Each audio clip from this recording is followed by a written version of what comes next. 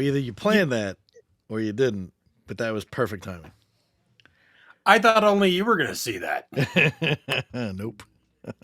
Nobody else. You should know by now. I bring it back to video like with a couple seconds to go on that drum beat. So, good afternoon, Mr. Palmer. How are you, sir? I'm good. I was doing that for you, man. This is all for you. But you know what? Everybody needs a little bit of fun and happiness in their life, so we're going to share a little bit of Palmer with everybody. Because why not? Well, because once you've had a little bit of Palmer, you realize why you don't want it. So, well, I'm not touching that one. This is a PG podcast. This is not a mental health podcast or anything else otherwise inappropriate for work, I think. On that note, how are you, sir? Doing bad. I know, doing bad. Yeah. Oh boy. Ooh, that was a Freudian slip, wasn't it? Mm-hmm. No, not too bad. I spent last week in the labs, so maybe that's where that came from. Were they experimenting on you?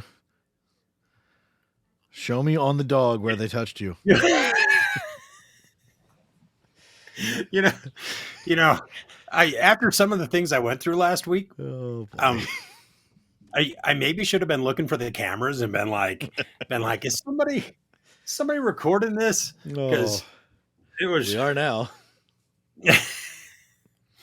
There was a lot of learning going on last week, so it wouldn't surprise me if somebody recorded it and like there's some like private video showing of watching Jim bang his head on the desk trying to figure out how to get this. Jim has an OnlyFans. Oh man. See, off the rails in under 2 minutes. I love it. So we might as well just pivot right into it, right? So you mentioned this. This is kind of, we don't, for the first time in a long time, we don't actually have a concrete topic. We cooked this up, back of the napkin math kind of stuff. You went to Pistoria, home of our labs, last week. Yes. And you did some 6 gigahertz testing.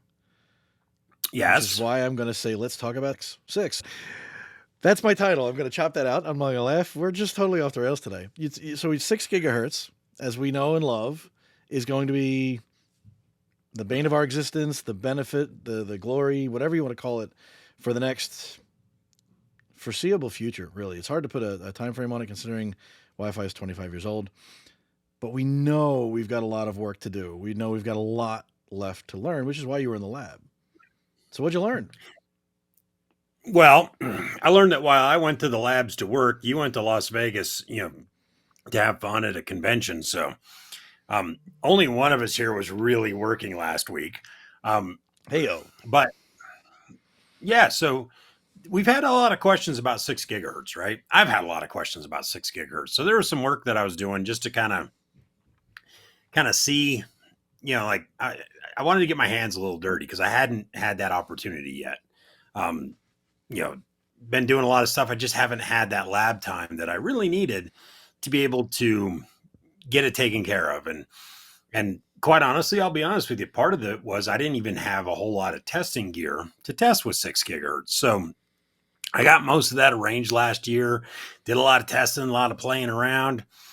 And, I learned a lot of stuff last year about it, but I wanted to learn even more. So last week we went into the labs and I learned some stuff. So there's going to be some document. What? I was going to say, I feel like to set the table, I'm teeing this up. You said you had gear last year to test with, but we all know that there weren't a lot of Wi-Fi 7 devices, gear around last year. Well, we know that there was 6 gigahertz devices, right? And so let's not get this confused because this is actually a conversation I had last week. I actually had some SEs who traveled in to join me for different lengths of time in the lab to kind of help do some of this work. And I constantly found myself reminding people that Wi-Fi 7, 802.11be is not, while it contains 6 gigahertz, it isn't only 6 gigahertz. So we have to make sure we keep that stuff separated, right? So while there wasn't a lot of Wi-Fi 7 stuff last year, we still had 6 gigahertz stuff. You sent me a Google Pixel 6a to test with when I was doing my client stuff last year, which came in very handy. So thank you.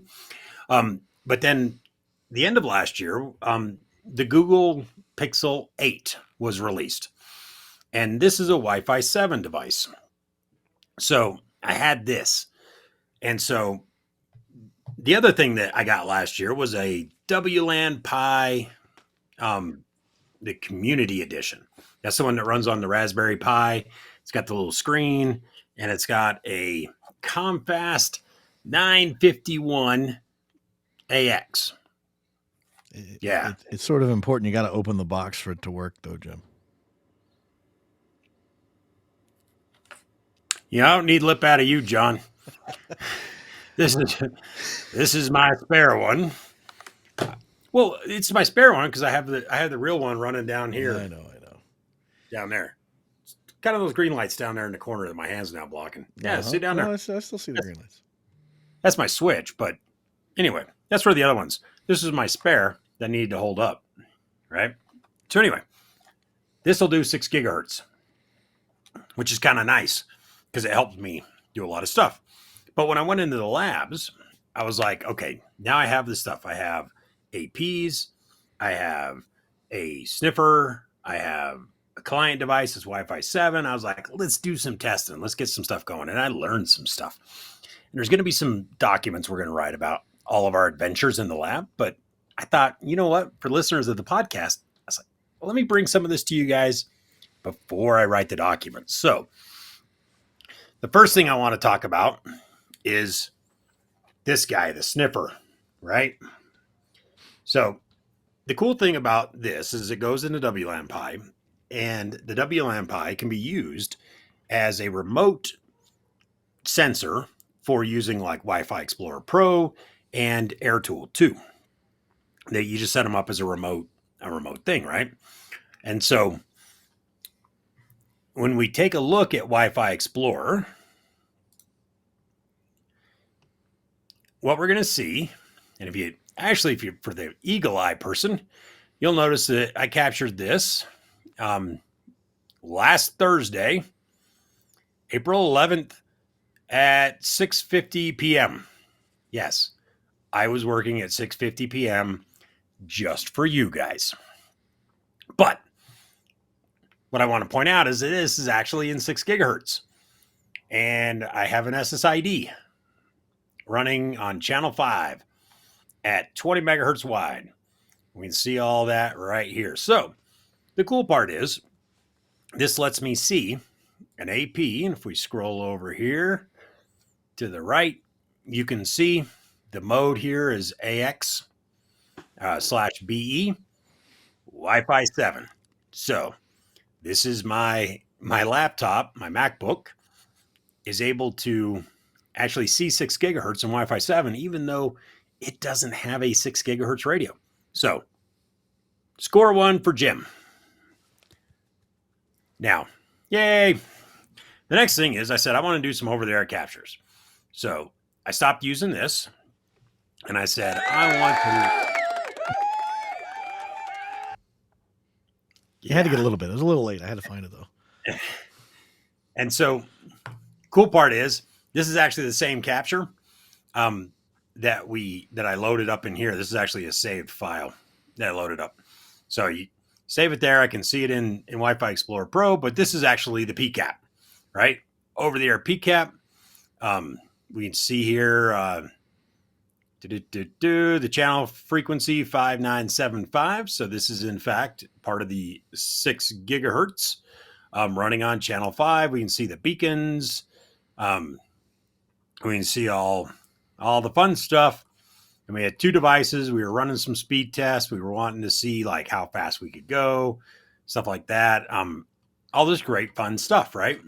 There was 2 of us. We were talking and I was sort of helping explain and teach as we were kind of going through. And so got all the pretty colors, great stuff, right? Hey, this is what we wanted to see. Then we walked back and I stopped the capture. So anyway, great stuff, right? This was 20 megahertz. And then I said, well, now the next step is we're going to take this from 20 megahertz wides. I want to see what happens when I go to 40 megahertz wide, because turns out in the EU, the chances of you running or anywhere else where you only have Uni 5, the chances of you running, an 80 megahertz wide channel is pretty low, and like 160, it's just not going to happen because you don't have enough spectrum there. So it's just, so I wanted to start with 20s because, yes, I believe there are some locations where people are actually going to be running 20 megahertz wide channels in 6 gigahertz because they need a whole lot of channels. They have a lot of open space. The channel reuse just doesn't, allow for it.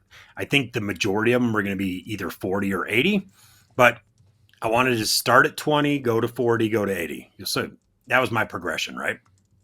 So let's go ahead and open up this file. We'll open up the next one. We're going to go to 40 megahertz wide right here. Now, what you might notice is there is only one color in this particular capture. It's making me hungry for some beacon. This was a 59.6 second long capture. Because that's how long it took me to start the capture. Walk across the lab to the other end, run my test, and then walk back to the other side and stop it. Because at this point in time, everybody had given up on me and gone home. So I was there late at night doing this work.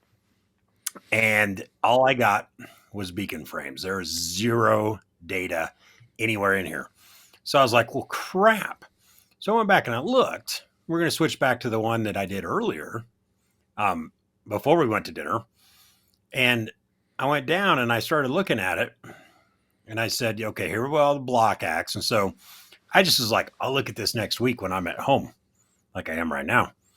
And so I didn't really pay attention to this because when you come down here and you look at this QoS data that we see, the data rates are all 6 or 24.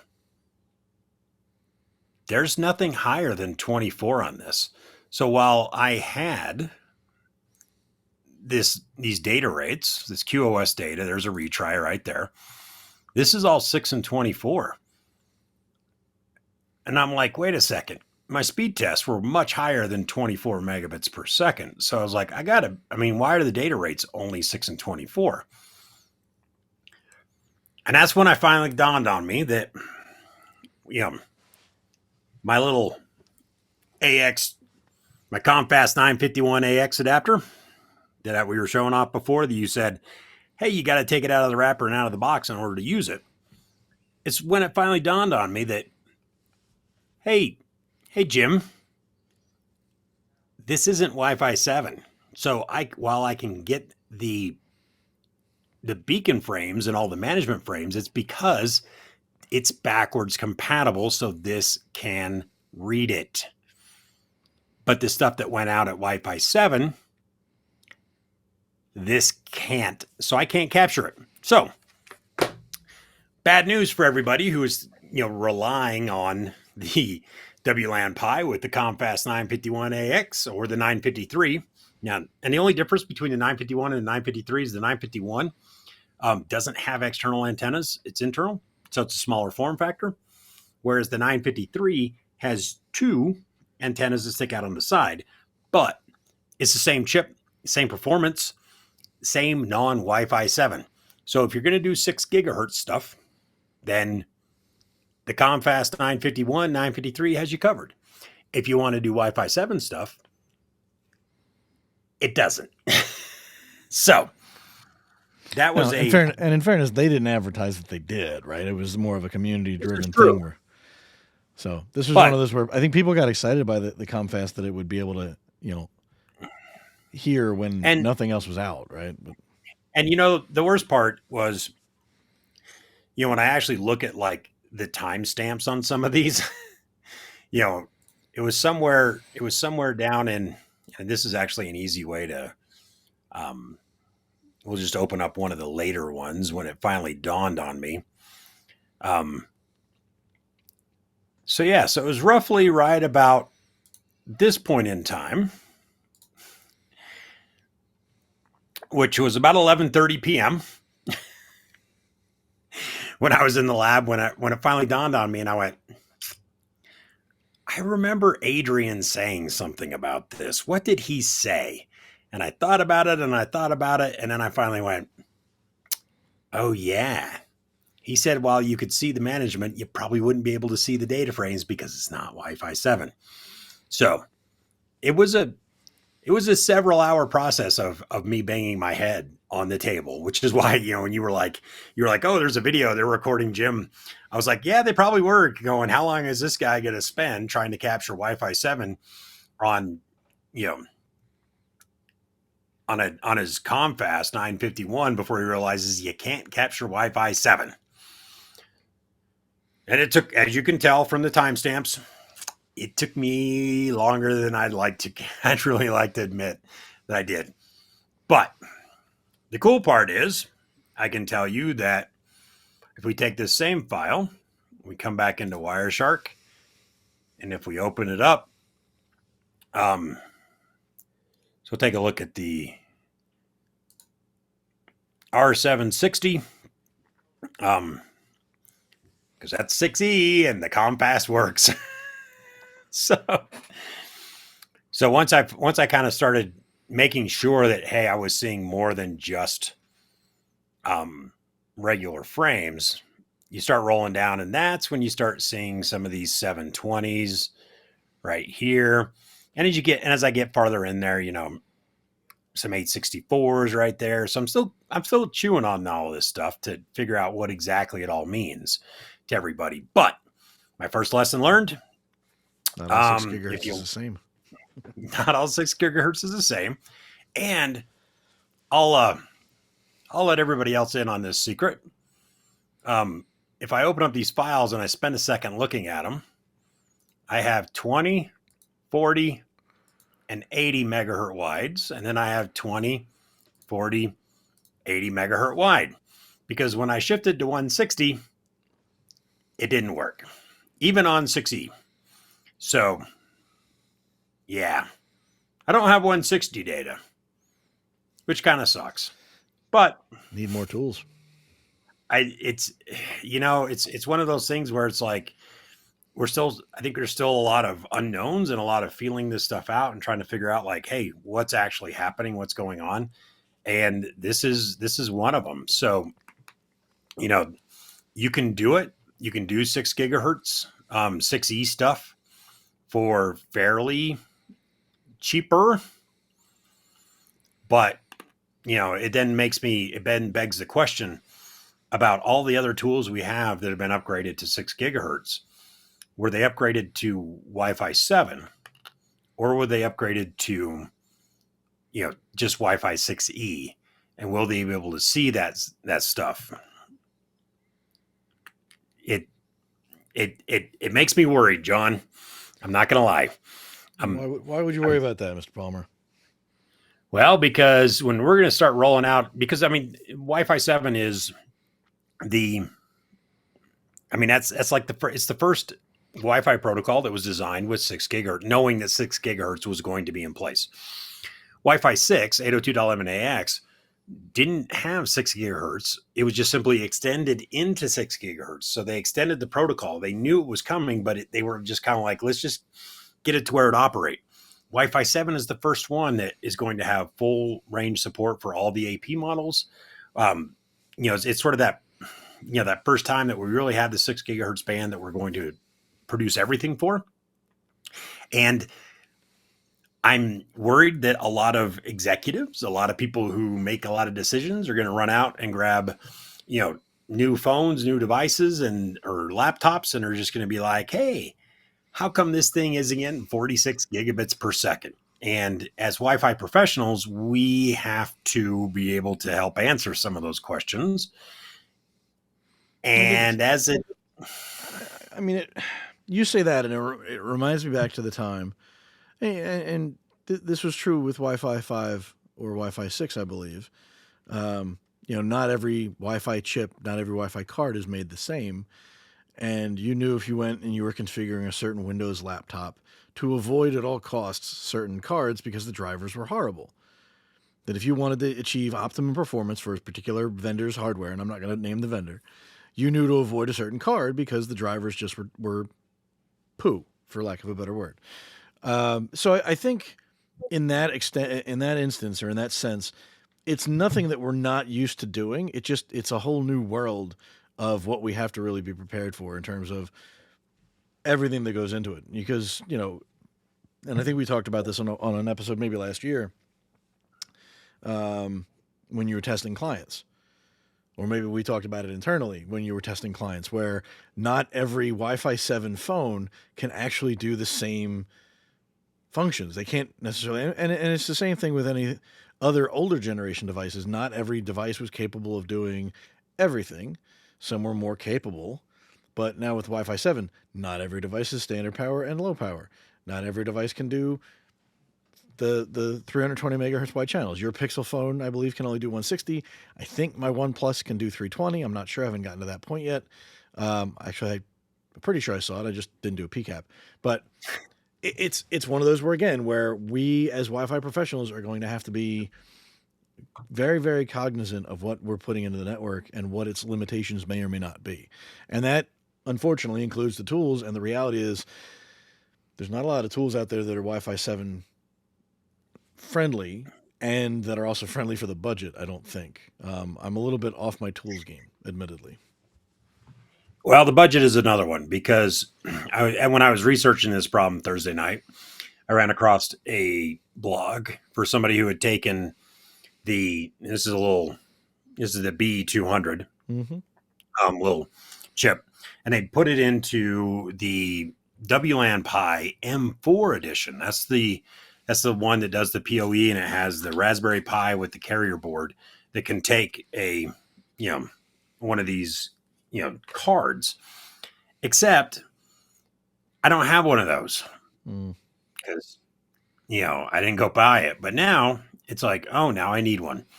But this leads us into the next topic I want to talk about for about the next 10 minutes while we wrap this up.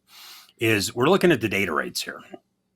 All right. And they're showing at this one, it's an 80 megahertz wide, 648.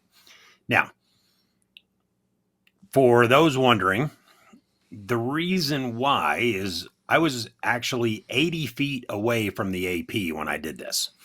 I had an 85-foot long hallway that I was in. It wasn't not a hallway.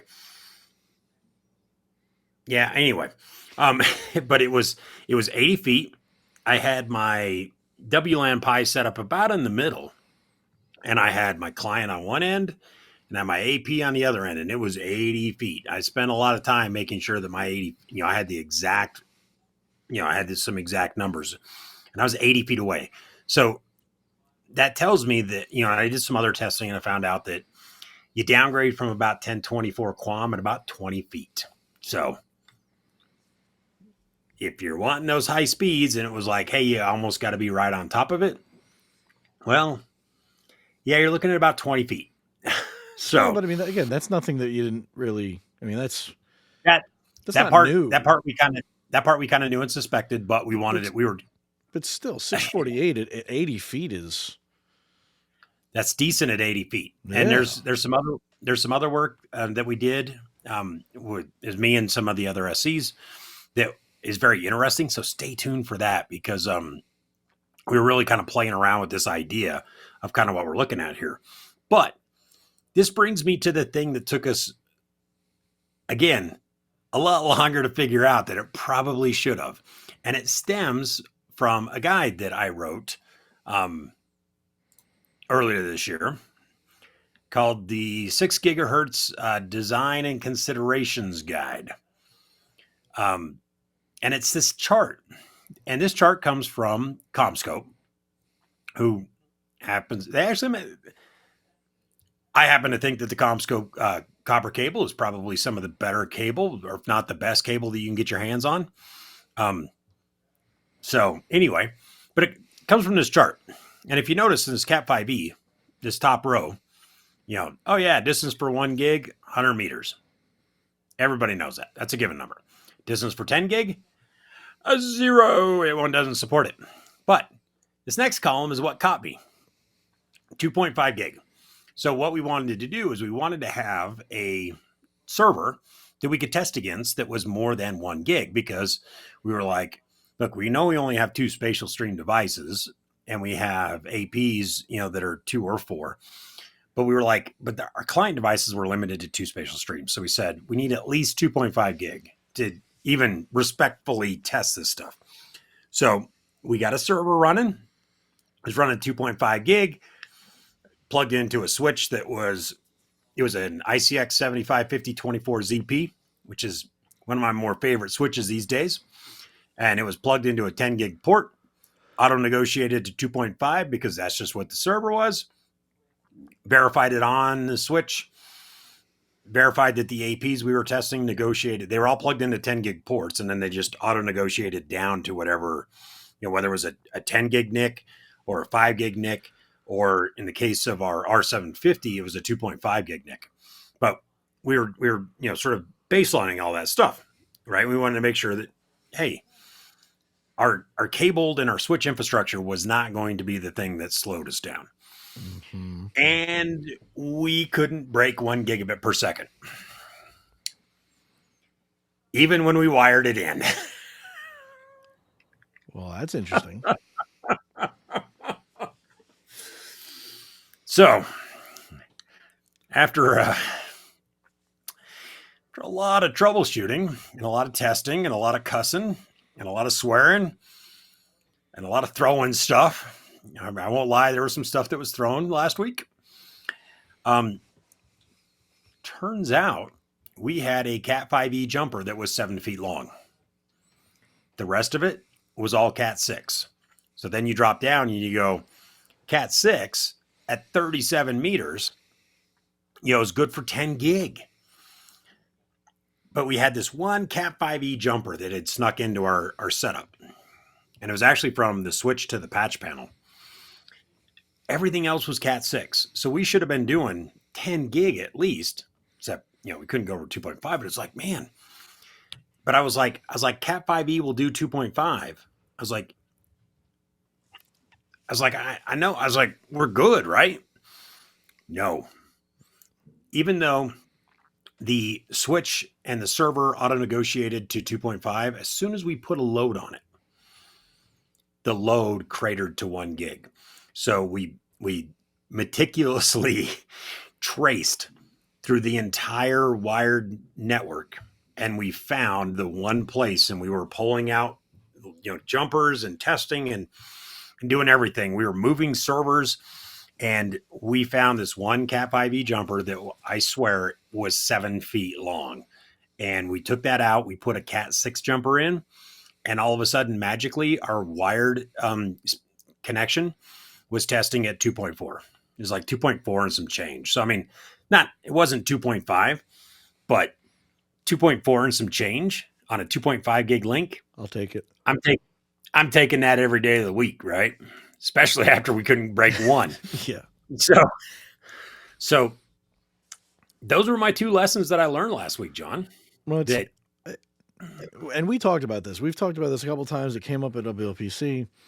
Cabling matters, and it's obviously two unrelated but very related lessons, actually. And cabling is going to matter a lot more with Wi-Fi 7 moving forward. Well, I think it's one of those things where, we see these charts, and I reference these charts, and, but truth be told, how long has Cat 5e been out? Forever and a day. It's been a while. Forever.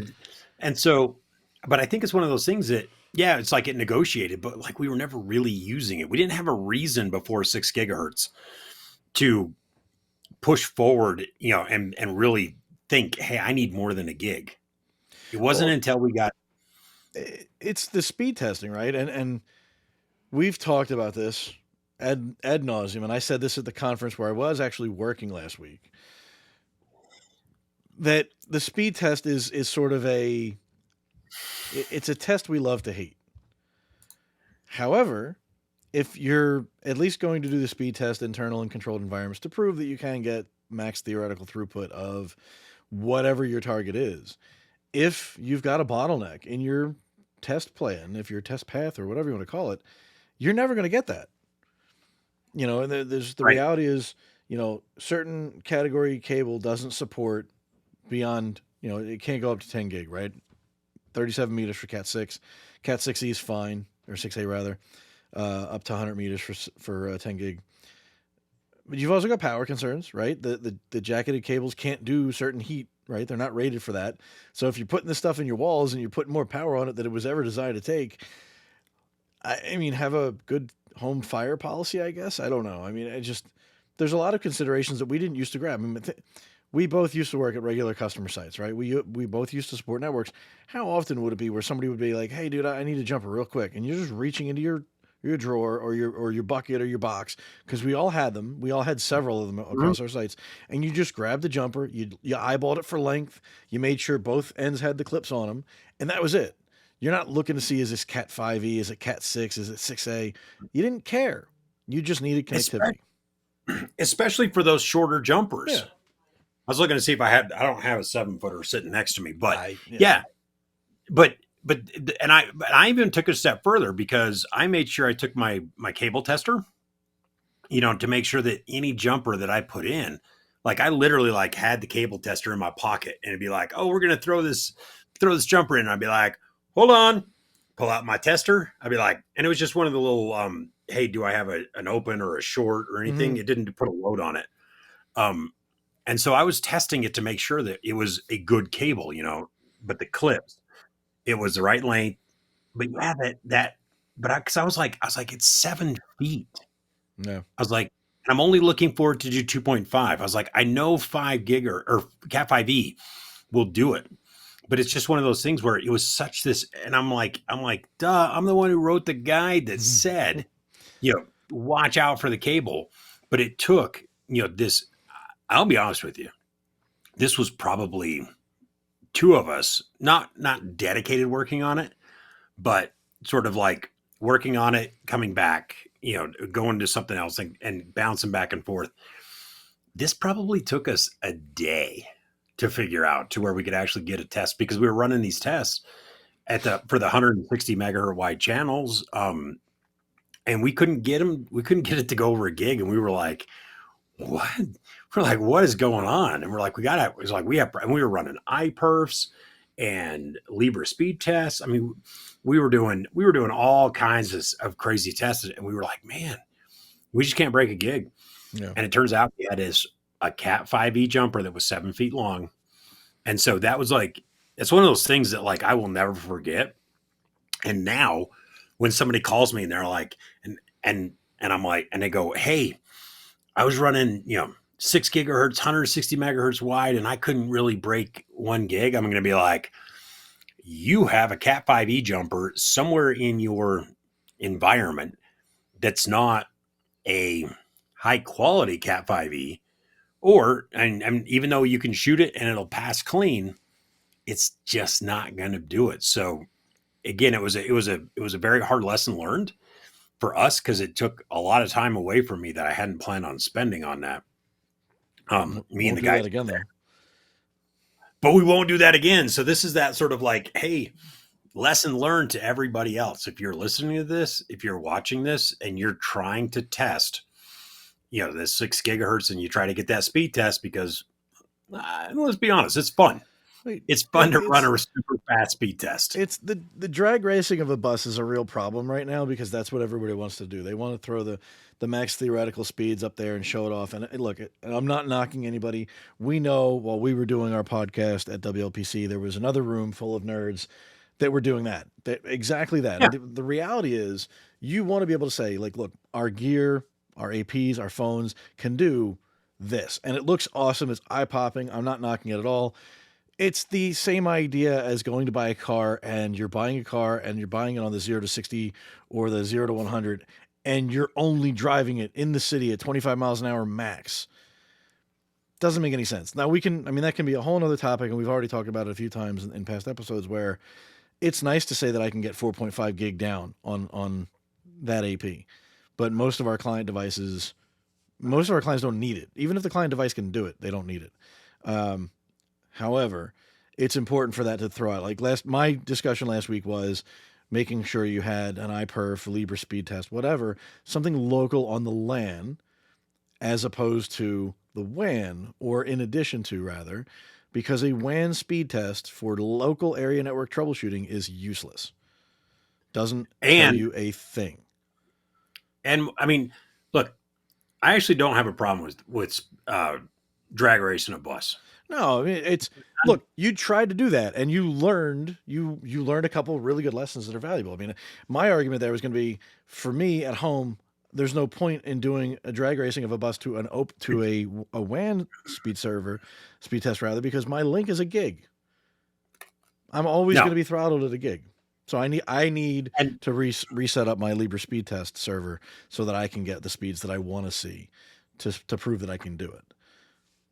But it's one of those things of knowing what the capability is. So when somebody says, I only got, 2.4 gigabits per second, to where you can say, yeah, you know what? That is as fast as that bus will go. Right. Oh, exactly. So it's understanding that people are going to do it and understanding where that limit is important, but almost as important as understanding that limit, and some would argue more important than understanding where that limit is knowing that you're never, to your point, never going to use that limit. You're never going to hit that limit. But, it's understanding why, why did I not hit that limit? Well, because, we drag raced on a 320 or 160 megahertz wide channel. But, when we look at the number of channels, and this was something we spent a lot of time with last week, to be honest with you. Looking at how many channels, were available in different, the different uni bands, and it was like, okay, when we look at places that are doing just uni 5, they only have 3 channels at 160 megahertz wide.